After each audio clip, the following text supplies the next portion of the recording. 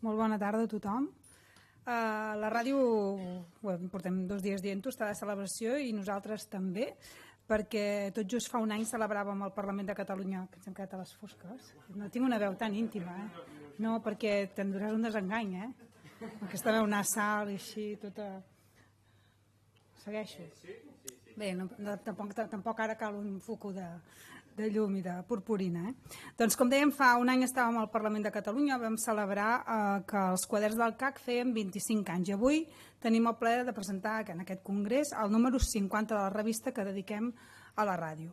Som conscients que Quaderns del CAC és una publicació una mica peculiar, però dic això en el bon sentit, perquè és una revista científica de comunicació que edita un regulador de l'audiovisual i no pas una universitat o una editorial, que seria el més habitual.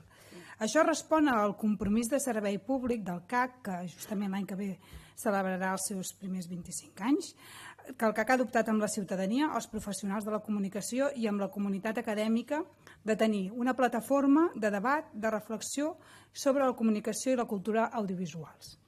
Quaderns del CAC s'edita íntegrament en català, en castellà i en anglès, amb l'objectiu de normalitzar l'ús del català com a llengua de recerca de qualitat i per esdevenir un altaveu que faci arribar la recerca en català a la resta del món i la recerca internacional a Catalunya. Així també, i de manera progressiva, s'ha adaptat als estàndards de qualitat de les revistes científiques per tal d'enfortir el seu caràcter acadèmic. Quaderns del CAC ha estat testimoni de les transformacions i canvis que ha viscut l'audiovisual en el segle XXI i se n'ha fet ressò a les seves pàgines. Més de 580 autors i autores de 40 països d'arreu del món han analitzat a la revista qüestions tan cabdals com la desinformació, que ara està tan en boga, la participació ciutadana, el pluralisme, la diversitat, el gènere, la immigració, la convergència tecnològica, la ficció, el dret a burla, entre moltes altres temes. Quaderns del CAC no seria avui una revista de referència sense les aportacions que han fet al llarg de la seva història persones cabdals com Agustí Pons, Josep Guifreu, Emili Prado, que les van dirigir, o la tasca dels membres del CAC que han exercit com a editors i editores de la revista. Cito Lluís de Carreras, Joan Manuel Tresserras, Victòria Camps, Santiago Ramentol, Elisenda Malaret, Salvador Alzius, Ivonne Griley i, finalment, la Rosa Maria Molló, que avui és aquí, a qui jo tinc l'honor de fer el relleu com a editora de la revista i a qui sumo a les paraules del president. Només puc demostrar la meva estima, la meva admiració i el meu profund agraïment. Gràcies, Rosa. I actualment el timó de Quaderns del CAC està en molt bones mans, dues editores, dues investigadores, dues persones que ens inspiren, que són les professores Amparo Huertas i la Sara Suárez, aquí presents. Sota la seva direcció, la revista continua amb el seu compromís per arribar al més alt nivell i elles seran les encarregades de presentar-vos a continuació el contingut del número que dediquem als 100 anys de la ràdio, als 100 primers anys de la ràdio a Catalunya. Reflexionarem sobre l'evolució, l'estat actual i el futur d'aquest mitjà amb 3 dels autors i autores que han participat en el monogràfic del número 50 de Quaderns del CAC. Tot vostre. Gràcies.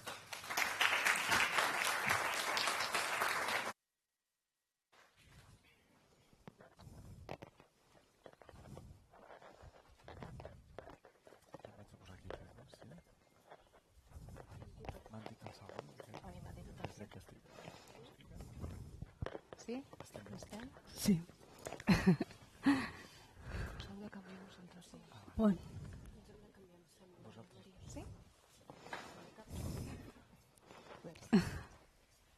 Sí? Molt bé, se'm sent? Molt bé, doncs comencem. Moltes gràcies, president, vicepresidenta, Rosa Maria, exvicepresidenta també. Per descomptat, moltes gràcies als 3 ponents. Deia que moltes gràcies. Gràcies als 3 ponents que ens acompanyen i també a totes les persones que ens acompanyeu en aquesta sessió de presentació del número 50 de la revista acadèmica Quaderns del CAC, en què volem aprofundir en alguns dels temes que es tracten en els articles que publiquem en aquest número 50. Comencem, per tant, amb una brevíssima presentació del número per donar pas ja després a la taula de debat i al final deixarem 10 o 15 minuts per debatre amb el públic, d'acord? En aquest cas, ho comentava ara la vicepresidenta, hem volgut fer la nostra aportació a la commemoració dels 100 anys de la ràdio a Catalunya, dedicant la secció monogràfica d'aquest número 50 a la ràdio. L'objectiu ha estat donar visibilitat a les recerques actuals sobre un mitjà com la ràdio, que es veu constantment obligat a adaptar-se a un entorn molt complex i en constant transformació. I hem tingut la sort que la crida d'articles que vam fer va tenir molt bona acollida i jo crec que podem dir que els 11 articles publicats en aquesta secció monogràfica responen d'una manera molt satisfactòria a allò que ens proposàvem, que és aprofundir en la memòria de la ràdio i alhora reflexionar sobre la seva resiliència i analitzar les condicions i les oportunitats per a la seva transformació cap al futur, no només en el context català. Els textos aborden qüestions tan pertinents com ara els orígens i l'evolució de diferents formats i actors centrals en el sector radiofònic, la presència de les dones a la ràdio, els hàbits de consum en relació amb la irrupció de nous formats com ara el podcast, la situació de les ràdios lliures, comunitàries o universitàries o els factors determinants del futur de la ràdio. Per una altra banda, aquest número 50 compta també amb els articles de la secció miscel·lània que s'enfoquen en 3 temes molt concrets i molt rellevants en l'àmbit de la comunicació, que són la representació mediàtica de les persones amb discapacitat, les noves formes de comunicació en un entorn creixentment marcat per la irrupció de la intel·ligència artificial i una revisió en perspectiva feminista de l'obra de la directora de cinema Chantal Akerman. I per últim, completen el número 2 ressenyes de llibres recentment publicats i d'especial interès en l'àmbit de la comunicació que sempre incluïm també en els nostres números. Així que gràcies en nom de l'equip de la revista a totes les persones autores que han contribuït al número, que ens han enviat les seves propostes i també a totes les que desinteressadament han revisat i han fet els seus suggeriments en els articles i han ajudat a millorar els textos que hem rebut. Com que no entrarem més en detall en totes les contribucions del número, ni molt menys, sí que vull recordar que Quaderns del CAC és una revista que es publica sempre en accés plenament obert. Així que podeu consultar i descarregar els articles lliurement, tots els textos que de fet publiquem, com comentava la vicepresidenta, en català, castellà i anglès sempre, tant a la web de la revista com a la plataforma RACO. Així que donem ja pas a la taula de debat. Moltes gràcies, Sara.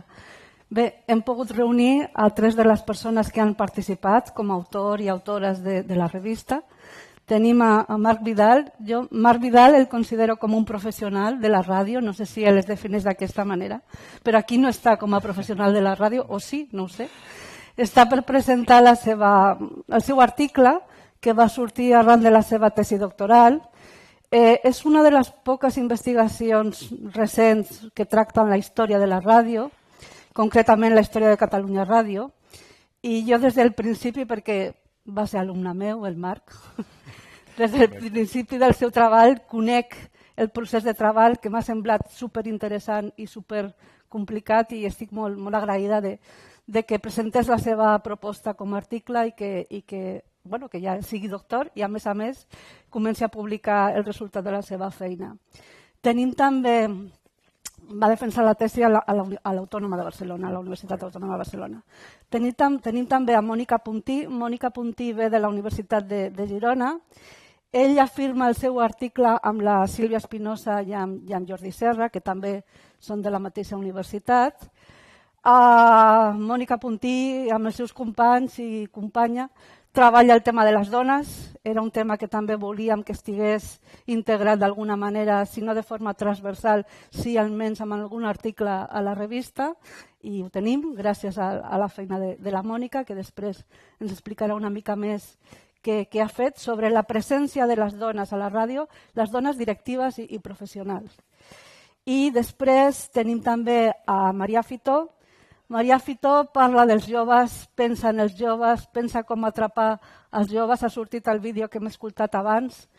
I bé, aquí hi ha com una mirada positiva, perquè tot i que no s'escolta la ràdio ni es mira la tele, sí que es consumeixen molts vídeos i molts podcasts. Per tant, alguna cosa positiva podem treure potser d'aquest nou interès cap a aquest nou format.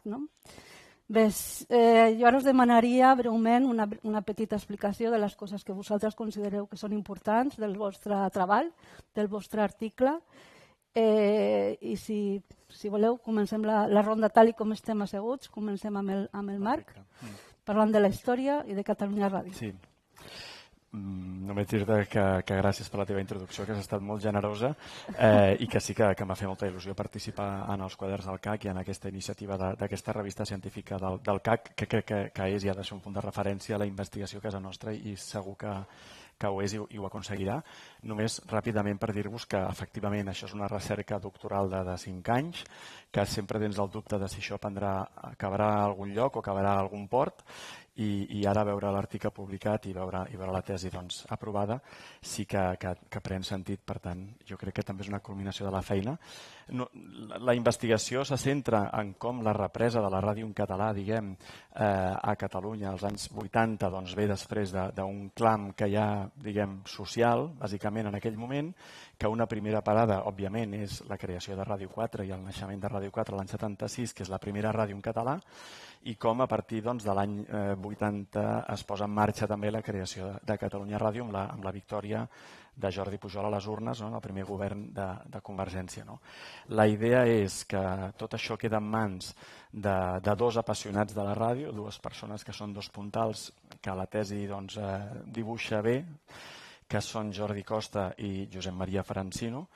Aquests dos apassionats d'alguna manera tenen un sentit molt estètic i molt artístic del que és la ràdio i la posen en marxa, però fins al punt que creen una ràdio gairebé experimental i avançada al seu temps, que gairebé no és, jo diria que no és ni compresa per molts dels oients. També hem de pensar que és un moment en el qual estem en el trasbassament d'audiència de la ona mitjana cap a la FM, i ells intenten fer com un híbrid perquè ells estan bàsicament a la FM. De manera que, com sentíem també al matí de la conferència inaugural d'Iñaki Gabilondo, havíem de passar de la ona mitjana cap a la FM i ells ho van haver de fer, diguem, anticipadament al seu temps. Creen aquest híbrid, que és una mena de programació que ells anomenen modular, que barreja paraula i música per diverses circumstàncies que a la tesi estan explicades, però que no acaba de funcionar. I arriba un moment en el qual l'audiència no respon, el model no funciona i es planteja una reorientació de tota l'emissora. Han passat 2 anys des de la creació de l'emissora i se succeeixen 3 directors, és a dir, en 2 anys passen 3 directors per l'emissora, només per fer-vos una idea de realment la petita crisi que viu l'arrencada de Catalunya Ràdio. Aquesta reorientació orienta l'emissora cap a un model més comercial, més convencional, i aquí sí que comença l'èxit, el model que estableix Catalunya Ràdio a partir d'aquell moment, que posteriorment ja seria una altra investigació. Segueixen altres emissores privades. Només perquè aquest matí, quan Iñaki Gabilondo parlava, clar, ell és un mestre, m'ha fet molta gràcia la idea aquesta, que passa, ell deia, la ràdio hi ha un moment que passa de ser una joguina a ser una arma de guerra, en el moment de la creació. I realment aquí també ens trobem amb una cosa semblant, és a dir, jo crec que els primers creadors de Catalunya Ràdio creen com una mena de joguina, però ja arriba un punt en què es converteix en una arma més política, en el sentit que el poder polític la fa seva i implanta un model molt més convencional que té un èxit d'audiència. Si voleu, m'aturo aquí i després, si voleu, aprofundir més amb les preguntes. Doncs li donem la paraula a Mònica Puntí, de la Universitat de Girona. Doncs moltes gràcies per haver-me convidat en aquesta taula i en aquest esdeveniment. Estic molt contenta de poder estar aquí. Dir-vos això que el nostre article es titula Les dones a la ràdio 100 anys després, que l'hem fet amb el Jordi Serra, que està aquí, i també la Sílvia Espinosa, que ara està en una altra taula. Una mica l'objectiu que teníem, o l'objectiu principal que teníem amb aquest treball era determinar la presència i el rol que tenen les dones actualment a les emissores generalistes d'aquí de Catalunya. I vam estudiar la programació d'aquestes 6 emissores generalistes i ens vam focalitzar en 4 aspectes diferents. En primer lloc, les dones directives que hi havia en aquestes emissores, i per fer-ho vam parlar amb persones, vam tenir diverses converses amb persones d'aquestes emissores per saber les dones directives que hi havia.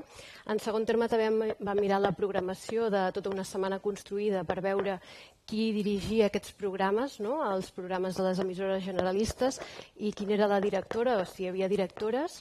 En tercer lloc vam agafar una mostra de 2 programes diferents de cada una de les emissores i vam mirar els seus equips, i si hi havia dones, homes i en quins càrrecs o quins rols exercien.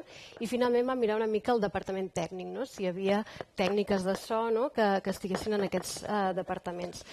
I ho vam fer això, a banda d'haver fet aquesta revisió bibliogràfica d'aquests 100 anys i una mica la presència de les dones, també vam voler contextualitzar en l'actualitat si hi havia dones o no hi havia dones, tant en càrrecs directius com dintre dels equips.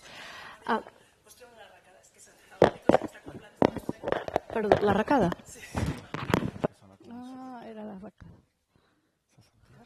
Tranquil·la, tranquil·la. Puc, ja està. Perfecte, la deixo aquí. Vale. Sí?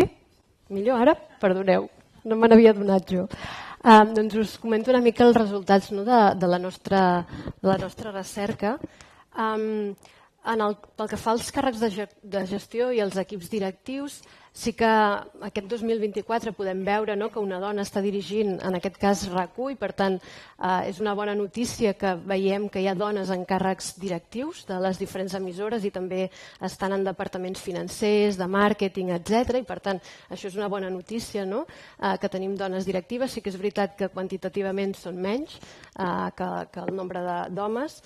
En altres aspectes, per exemple, dones directores o editores de programes, hem vist que en els programes analitzats són un 29%, per tant encara tenim aquí feina a fer al capdavant de programes, i només cal veure els programes de més audiència, qui els edita i qui els presenta, i per tant aquí també tenim marge de millora. També vam estar mirant en aquests equips, els periodistes, etc. i hi ha moltes redactores, efectivament, però no arriben dintre dels equips, molt pocs, per dir cap de les 6 emissores, arriben al 50% de dones dins dels equips analitzats. Per tant, també tenim aquí marge de millora. I pel que fa a les dones tècniques, que era la quarta cosa que estàvem mirant, només en 2 emissores, a Ràdio 4 i a Catalunya Ràdio, tenen dones tècniques. Per tant, sí que hi ha bones notícies, perquè si mirem enrere els 100 anys, evidentment ara les dones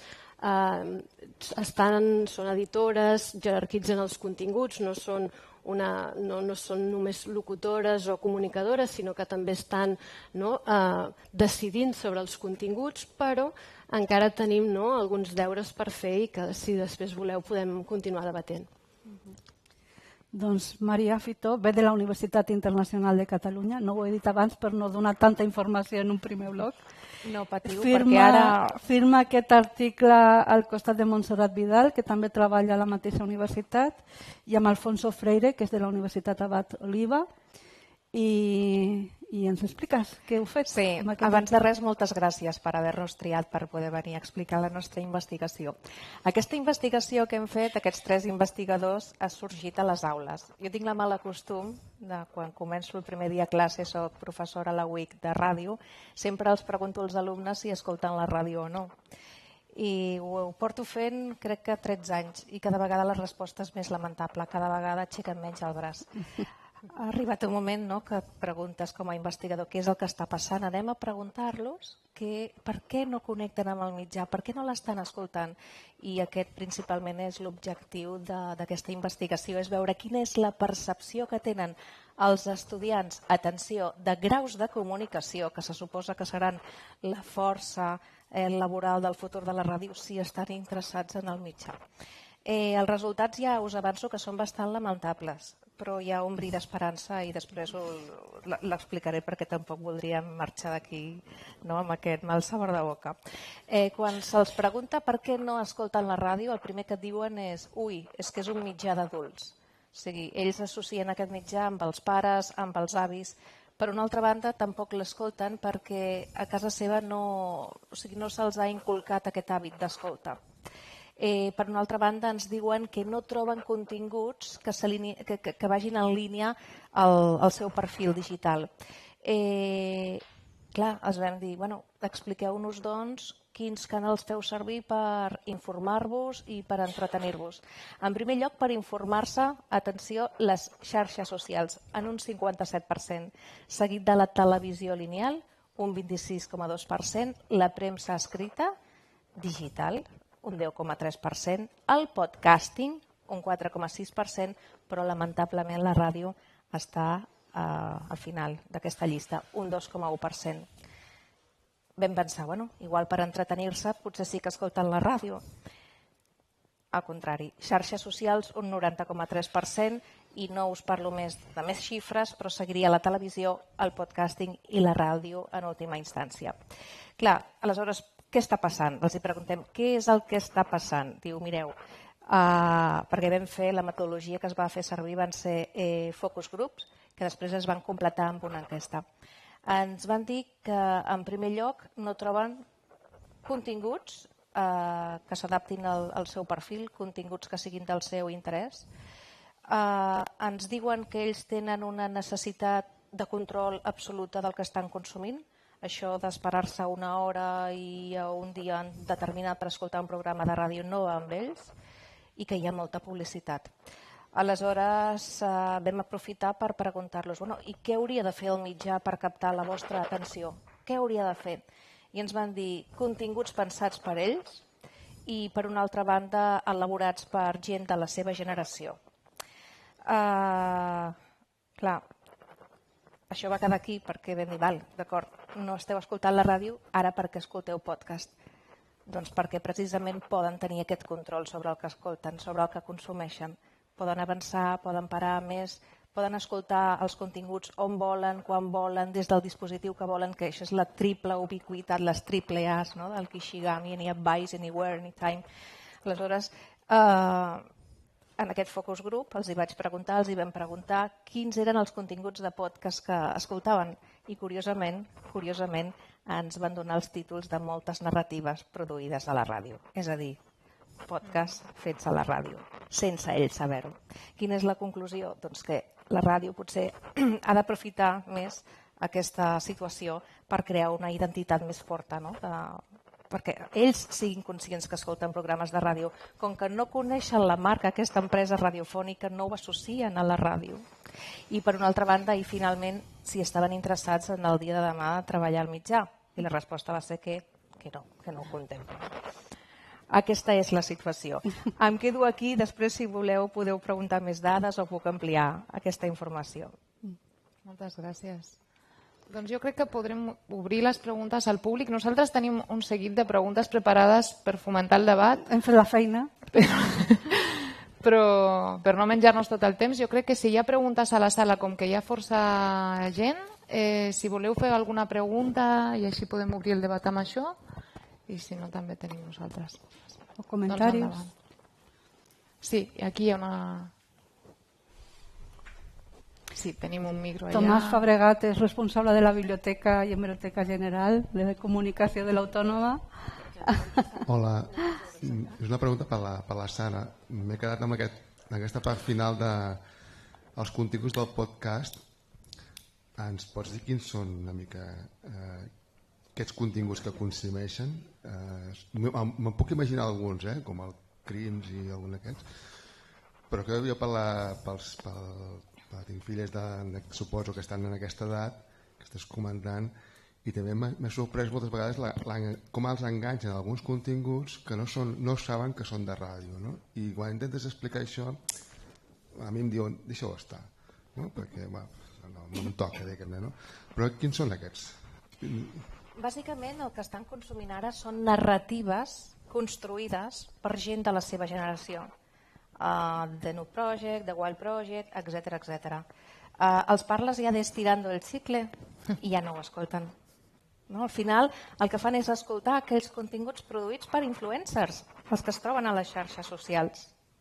Evidentment també, a veure, aquest escenari que he pintat és molt lamentable, però hi ha excepcions.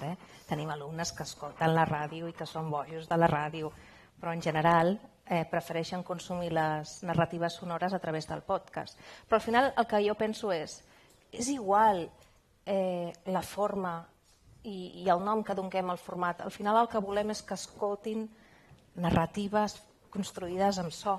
Ens és igual la forma. Avui al matí ho deia l'Iñaki Gabilondo, no? Si al final, què sabem nosaltres quin serà el futur de la ràdio, per on s'emetrà, per on l'escoltarem? El tema és escoltar la narrativa sonora, no? I transmetre'ls una miqueta l'amor per aquests continguts, ja siguin d'entreteniment, informatius, però que escoltin aquestes narratives, no? que han nascut a la ràdio i que ara per accident, no? Per qüestions de la tecnologia, ens trobem en l'àmbit del podcasting adquirit d'aquesta forma, però no deixa de ser el mateix.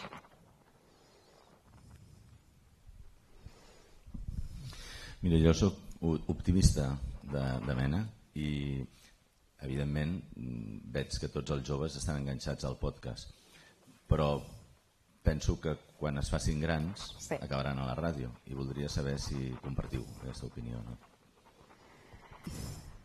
Sí, jo volia apuntar, és a dir, a la meva recerca, que no mira el futur sinó que mira el passat, és veritat que generacionalment, per exemple, quan comença Catalunya Ràdio és una ràdio jove, és a dir, estem parlant de l'any 83 i arrossega tot un públic jove que creix al costat d'aquesta ràdio. No? La ràdio sabem que crea fidelitat, la ràdio sabem que és un mitjà calent, que volem sentir cada matí la mateixa veu, i és curiós com un dels grans reptes de Catalunya Ràdio ara, que jo no he investigat i no estic diguem professionalment vinculat, però no conec, però el gran repte ara és recuperar el públic jove, és a dir, han passat 30 o 40 anys i per tant toca renovar el públic, no? I ara jo crec que un dels grans esforços, hi ha programes que estan treballant en aquest sentit, no? Però és curiós com jo crec que hi ha un punt de generacional amb la ràdio perquè tu neixes amb aquesta ràdio i la fas teva per la resta de la vida, no? És a dir, ara la ràdio de les tietes segurament és Catalunya Ràdio i ara toca per tant canviar de registre, no?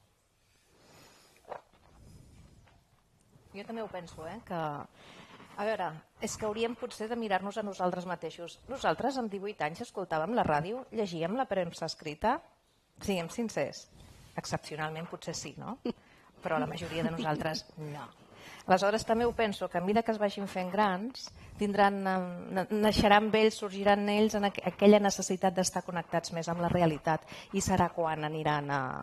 O sigui, jo crec que la ràdio hauria de fer així, dius, estem esperant.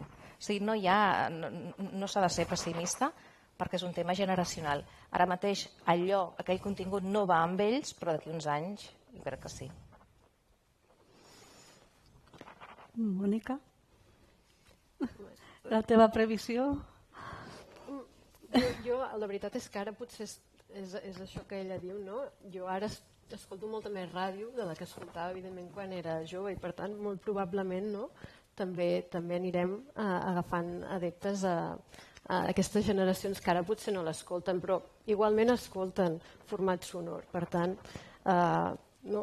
segurament també nosaltres ens anirem adaptant, no? I els diferents formats també s'aniran adaptant, com s'han anat adaptant al llarg del temps. No? Sempre que sorgien nous mitjans sempre dèiem que moririen els antics i no. Es van passant amb nous formats, noves maneres i es van adaptant. Per tant, aquí estem, no? Anar-nos adaptant al que ve a cada moment i a cada context. No sé si aprofitar-me. El tema de la fidelitat i del consum lineal jo diria que ja no. Però vindran altres coses. Clar. Mentre escoltin so, és igual per on l'escoltin i com. Sí, agrair totes les aportacions de la taula. De tota manera, crec que les emissores i els propietaris de les emissores i més el servei públic, tant nacional com estatal, haurien de fer una reflexió perquè, és a dir, aquest hàbit d'escolta i recents investigacions han demostrat que la ràdio és fonamental aconseguir aquest hàbit, es pot promocionar des de ben petits i des de ben joves. En aquest sentit, hi ha experiències a Austràlia, sobretot, on es dedica moltíssim temps i moltíssima programació, sobretot de la cadena pública, a continguts juvenils i infantils, de qualitat, ben fets. I també és veritat que pel context, Austràlia és un país gran on els transports són llargs, etc., i on l'aïllament és també important, l'escolta és molt superior, no? Però en aquest sentit crec que més que esperar que els oients vinguin, també hauríem de fer una actitud o una activitat propositiva, no? De producció de continguts infantils i juvenils que ara mateix no hi és, no? I res, fer aquesta reflexió i també preguntar què en penseu d'aquesta mancança, no? Carles Llorenç també ha estat autor d'aquest número de quaderns del CAC, amb un article. No sé si voleu comentar alguna cosa sobre la programació infantil, perquè jo l'última programació infantil que recordo eren, potser continuen, seccions adreçades als infants al matí del dissabte o del... Sí que és cert que a Austràlia hi ha molta tradició amb això, però aquí hauríem de fer-nos la pregunta de interessa a l'empresa radiofònica d'Espanya produir programació per un segment que no té poder adquisitiu i que tampoc entra dins de les medicions de l'EGM? Aquesta és la reflexió que faria. El servei públic... Jo, si em permeteu que fiqui cullerada, aquí jo crec que també juguen un paper molt important les ràdios locals, és a dir, les ràdios de proximitat. I ni que sigui per experiència pròpia, diguem, a moltes ràdios municipals es donava veu a les escoles, amb els nens de les escoles, fent programes de ràdio que sortien en antena tradicional, i per tant era un horari que ells podien fer. I hi havia aquesta programació que es pot fer i es continua fent. De fet, en l'Educac del CAC i en els premis que es fan, doncs, veiem moltes experiències d'aquest tipus en què no és només que tu escoltis la ràdio, és que tu estàs produint continguts per la ràdio i comences per una cosa tan bàsica com és la teva pròpia escola. Quines són les notícies que han passat a l'escola i que poden interessar a tota la comunitat. I per tant jo crec que aquesta unió entre el que és l'educació, el que és l'educació mediàtica i el que són els mitjans de proximitat, que moltes vegades tenen més hores per omplir o no tenen aquesta necessitat, i fins i tot fa gràcia perquè s'asseguren l'audiència no només dels nens, s'asseguren l'audiència dels pares, dels avis, dels oncles, perquè escolten el nen a la ràdio. Jo crec que això també d'alguna manera s'hauria de valorar.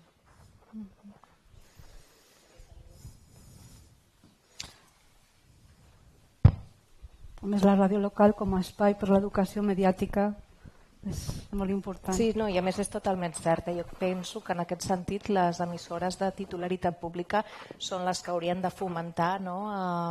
O inculcar el valor d'escolta del mitjà, perquè les altres és el que us comentava, no? Perquè al final els números són els que manen i creem contingut pel segment generacional, no? Que té poder adquisitiu, que és el que escolta la ràdio, que és el que genera...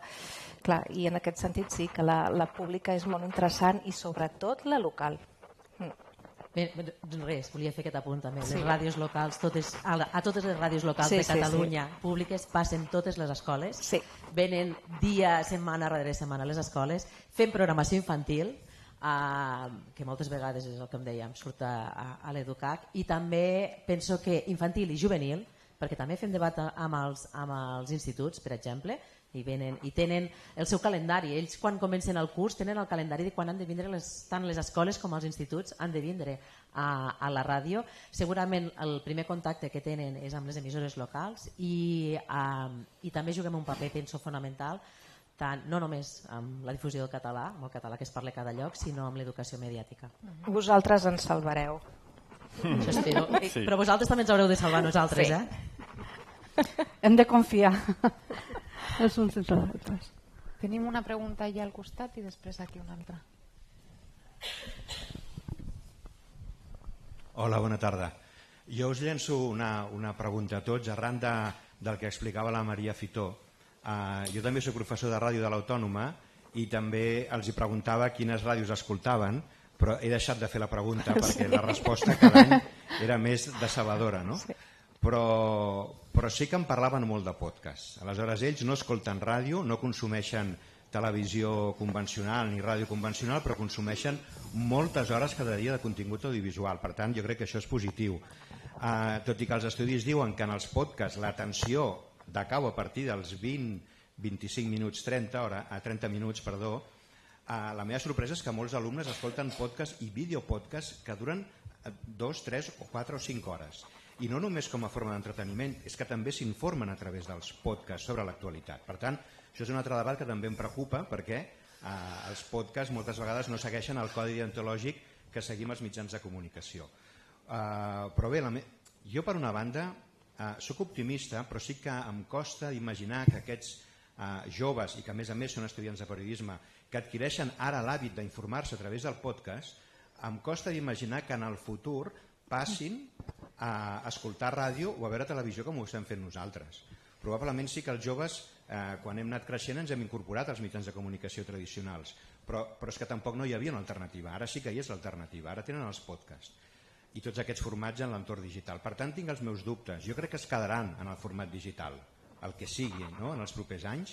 Per tant, la meva pregunta, i lligant amb el que explicava al matí Iñaki Gabilondo, que parlava del podcast com aquest invent amb 100 anys d'història, i ho lligava amb els orígens de la ràdio, jo us preguntaria què pot recuperar la ràdio d'aquells orígens o què pot fer la ràdio perquè per no quedar-nos només esperant que vinguin, sinó per anar-los a buscar ara i incorporar-los en continguts o en formes que funcionin en el podcast, en la ràdio convencional. Dic convencional però ja no és convencional perquè totes les emissores tenim una programació a la carta i per tant també oferim als joves i a tothom a escoltar els programes que vulgui en el moment i en el lloc que vulgui, que és les mateixes característiques del podcast, no?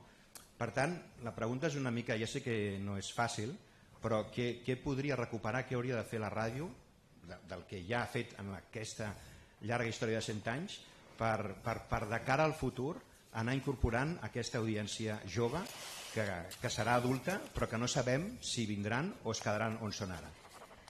És que és una pregunta complicadíssima, tant de bo tinguéssim una bola. A mi no m'agrada fer prediccions perquè sempre fallo.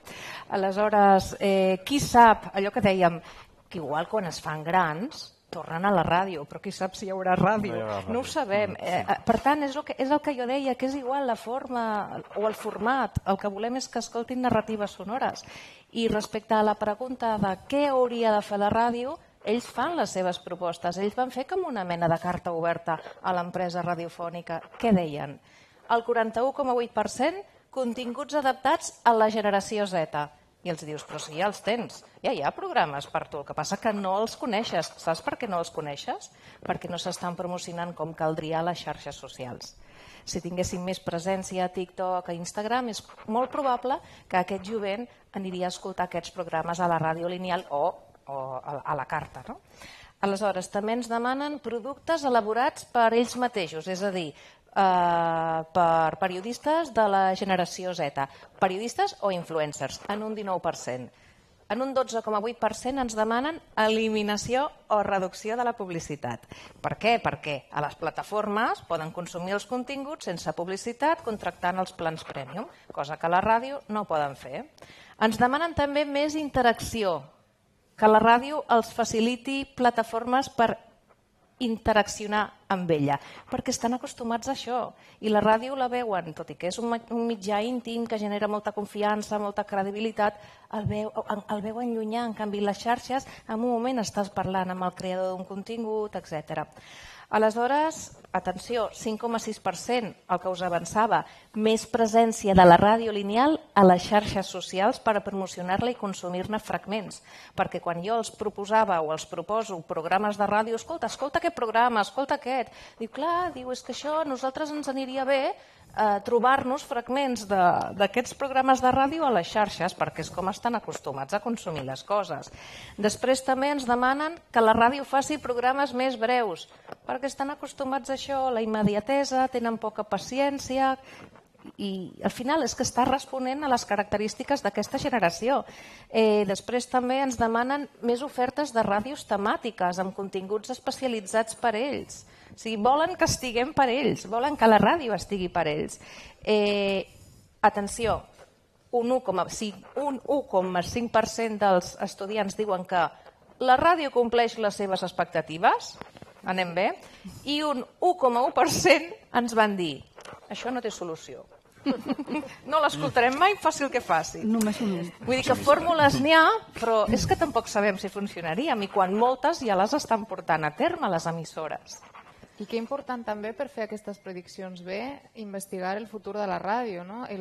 Vull dir, la història de la ràdio, no? I examinar el que ens ensenya la història d'aquest mitjà que ha passat per canvis tan complexos, no? Sí, jo crec que el que està clar és que la recerca, molt ràpid, la recerca sobre la ràdio és una recerca molt difícil. Bueno, aquí hi ha investigadors de tota mena, però és una feina molt difícil perquè el mitjà és un mitjà que està bé, tots ho sabem, no dic desprestigiat, però situat en una lliga diferent a la que estan els grans mitjans. Aleshores, sí que vull agrair l'esforç de la Universitat Autònoma que tenim aquí, diguem, tota la hemeroteca, tota la biblioteca que facilita moltíssim la feina, però és veritat que quan analitzes i fins i tot quan has d'enviar un article a una revista científica, si l'article va sobre la ràdio, parteixes d'una base molt diferent que si va sobre altres tecnologies. Això sí que amb recerca de ràdio és molt difícil treballar. Teníem una pregunta demanada per aquí, ja està. Mireu, jo ara reflexionant sobre tot això que esteu explicant i parlant aquí ara amb en Pere Buigas i també l'amic Marc Milillas, dèiem que com pot ser que fins ara els joves no miressin la televisió lineal i no escoltin la ràdio convencional i de cop sorgeixi un programa com La Revuelta de David Broncano i tots vagin a veure aquell programa. No seria, o com ho veieu, si és que potser posem molt el focus en el que els hi donem però som incapaços de parlar el seu llenguatge i en el moment en què surt algú sense guionitzar massa i és fresc, directe, arriba a connectar amb aquestes generacions joves i potser podríem aplicar-ho això a la ràdio? Seria potser una solució de cares de captar aquestes generacions futures? Com ho veieu? Gràcies.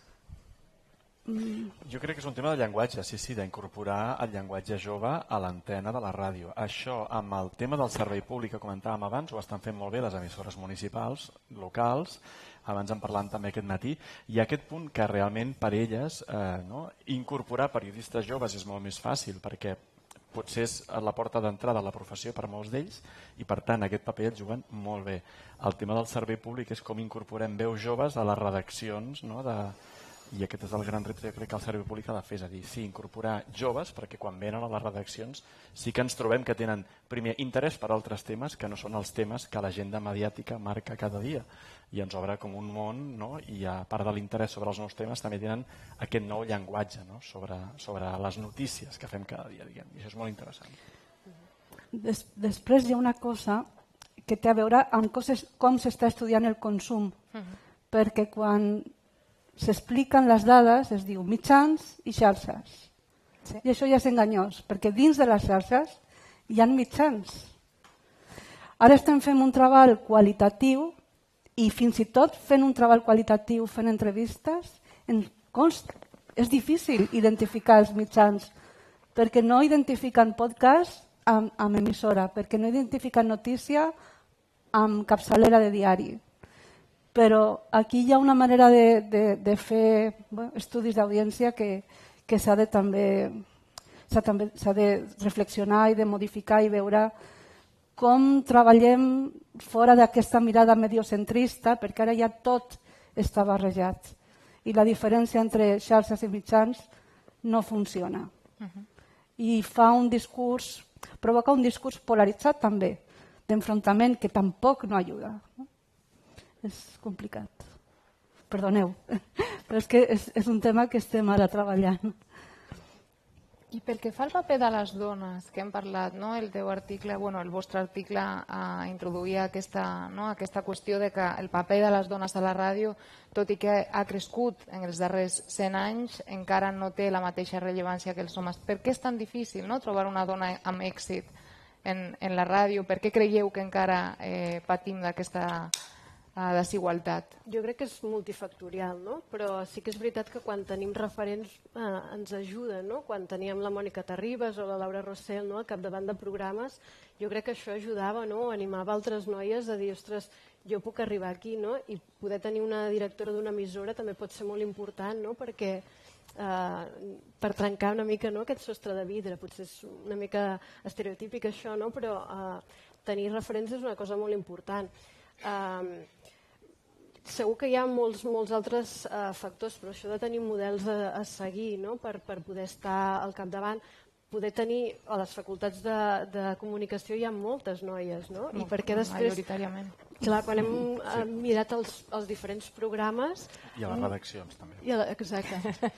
I en canvi, quan anem pujant més amunt, n'hi ha moltes menys, i això cal continuar visibilitzant-lo. Sí que hem fet un salt molt important, perquè ara decidim, jerarquitzem la informació, no només la comuniquem, sinó que no només som la veu, diguem-ne, sinó que estem també decidint, però encara tenim feina a fer i segurament hi ha molts factors. Encara la societat ha de canviar també encara per veure això, noies en llocs directius a les emissores de ràdio, continuar veient més gent al capdavant dels programes de ràdio, perquè fent això no arribava al 30% de directores o editores de programes en aquesta investigació que vam fer. Per tant, n'hi hem d'arribar més i hem de visibilitzar-ho més. No sé si voleu afegir alguna cosa. No, el repte està viu. En la història, quan jo feia la recerca, clar, jo als anys 80 intentava buscar on estaven les dones en aquests equips fundadors de les emissores, però amb les dones que contactava el discurs era sempre el mateix, és a dir, allò era un món d'homes, no busquis perquè no ens deixàvem fer res. Vull dir que jo crec que aquest és el repte que tenim ara, però que sí que d'aquells anys 80 ara, hem avançat alguna cosa, però sí, hi havia coincidència en aquesta reflexió de no, és que no busquis perquè no hi érem, perquè no se'ns deixava decidir, perquè no estàvem als òrgans decisoris, era un món d'homes, i era la reflexió que en fèiem. No sé si hi ha més preguntes, comentaris.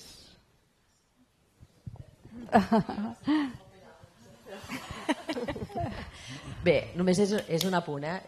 Justament en el llibre blanc de la ràdio local que hem presentat abans que vosaltres, també hi ha més homes directors dels mitjans que no pas dones, però sí que hi ha una dona que penso que sí que és significativa i que potser ens pot donar aquest punt d'esperança, que és que entre les emissores de poblacions d'entre 5.000 i 20.000 habitants, és a dir, en zones rurals, hi ha paritat. I hi ha dones que són directores de les ràdios locals. I una pregunta pensant, disculpeu, aquells voluntaris que heu dit que hi havia a les emissores municipals, que era una mitja de 10, la franja d'edat... El mínim. El mínim eren 10 voluntaris. La franja d'edat, la veu consultar? Ostres, perquè és interessant pel tema de... Sí, la veritat és que no ho hem mirat, però la meva experiència és que sí que hi ha un boom de voluntaris que tenen una edat, perquè també s'hi poden dedicar a més i que fa molts anys que són col·laboradors de les emissores, però que cada vegada hi ha més gent jove. Segurament és aquest percentatge que deies tu que sí que escolten la ràdio, i que venen a les emissores locals, per exemple, o de proximitat als estius, i després intenten fer els seus podcasts o intenten fer els seus programes a les ràdios locals. Que això no vol dir que siguin això, l'escola, que les ràdios locals no som l'escola, les ràdios locals estem professionalitzades i donem feina a molta gent. Ara ja no, però és a dir, també ho som, és a dir, estem encantats, les ràdios locals de tindre estudiants i que vinguin i que ens ajudin i ens aportin, absolutament, però que l'etiqueta aquesta ja no, però jo crec que la majoria dels que som aquí ens dediquem a la ràdio vam passar per municipals, el Marc i jo vam coincidir amb una i és on vam començar ara, però ha canviat molt tot. Sí, és una gran escola. Doncs... Em sembla que tenim aquí una última pregunta i amb això tanquem bastant puntuals. Endavant, sisplau. La meva pregunta sorgeix més per la Mònica i una mica intentant lligar els dos debats que hi ha hagut sobre els joves i la presència de les dones. Jo crec que tenen més en comú del que ens pensem, en el sentit que, crec que ho deia abans també el Xavier, que ens preguntem per què no venen els joves, potser preguntem-nos per què no anem nosaltres a buscar els joves. Les redaccions estan molt envellides. Quan jo vaig començar a fer periodisme fa 15 anys, era igual si era el Diari Balears, el Diari de Tarragona o la Tarragona Ràdio, la gent que hi treballava eren majoritàriament molt més joves en els mitjans tradicionals. Ara les redaccions estan molt més envellides, per tant és difícil que sapiguem fer continguts per joves. I per això deia, vincular-ho amb el tema de la presència de les dones, perquè també sempre s'ha dit, com volem que les dones s'interessin per determinats debats o que hi hagi una majoria de dones que s'interessin si els continguts els fan homes pensant en homes. Llavors, per la Mònica també, si han estudiat o han investigat o han treballat sobre si això afecta les audiències de la ràdio, és a dir, el fet que hi hagi menys dones treballant, el fet que hi hagi menys dones decidint, el fet que hi hagi menys dones fent continguts, també fa que s'incorpori menys la dona en determinats debats o d'interès públic, social i en determinats èlits culturals i polítics. En aquest estudi no ho hem investigat, però la veritat és que hi ha moltes dones escoltant-ho com a audiència. En aquest estudi en concret no ho hem estudiat més dintre de les ràdios, però sí que és veritat, i lligant una mica amb el que deia dels referents, si els temes ens enganxen, amb el tema dels joves, si parlen de nosaltres, evidentment nosaltres seguirem sent audiència, etc. I per tant sí que és veritat d'incorporar també sempre la perspectiva de gènere també en els temes que tractem de cara a la ràdio per tenir aquesta audiència també. Certament, igual que amb el tema dels joves, si incorporem els seus temes, els seus debats, el que a ells els interessa, certament podem arribar també amb ells. Això. Nosaltres no ho hem investigat concretament, però també seria una possible línia de recerca molt interessant per continuar investigant, perquè realment la investigació és important per això, justament per després poder-ho aplicar i poder fer canvis per millorar sempre. En la pràctica, la gent m'imagino que estarà d'acord, en la pràctica això que hi ha dels voluntaris i dels col·laboradors i col·laboradores, i a més, ella que també està a una ràdio, teníem molts col·laboradors voluntaris que eren gent molt històrica a la ràdio, i en els últims 3-4 anys ens ve molta gent jove que igual et ve fer, no sap el que ve fer un podcast o ràdio, a fer un producte, i quan li dius que per l'antena el sentir a la gent en directe des del cotxe, també els joves al·lucinen, i quan ells ho fan s'emocionen i arriben a nous públics. Vull dir que es nota quan incorpores gent, és igual si parlem de joves com un segment, si parlem de població d'un programa més fet per un sector social determinat o de dones, es nota molt com arribes en aquells públics. Llavors, si nosaltres no anem a buscar aquesta gent, no vindran perquè d'aquí 30 anys. No sé, jo és la meva opinió sobre el debat, que hem de ser nosaltres que generem aquests continguts dirigits en aquests públics. Sí, certament. Jo tinc una nena petita i ella escolta justament podcast de ràdios locals perquè fan l'Hora del Conte o fan coses d'aquest tipus, i per tant ella està molt enganxada, i escoltem en concret els contes de Mirmanda i li encanten, i és una manera també, i jo també tot sovint poso la ràdio a casa, i és una manera també dels més petitons d'anar fent aquesta educació també de mitjans, sigui ràdio, sigui podcast o el que sigui. Certament, si podem anar també a buscar els joves d'aquesta manera, és una bona manera. Bé, a la revista teniu més articles, hi ha més temes. Hem fet aquí una selecció, per tant, dona per molts debats i diàlegs. I també marxem amb deures, com sempre passa, després de qualsevol congrés. Ànim, endavant i visca la ràdio.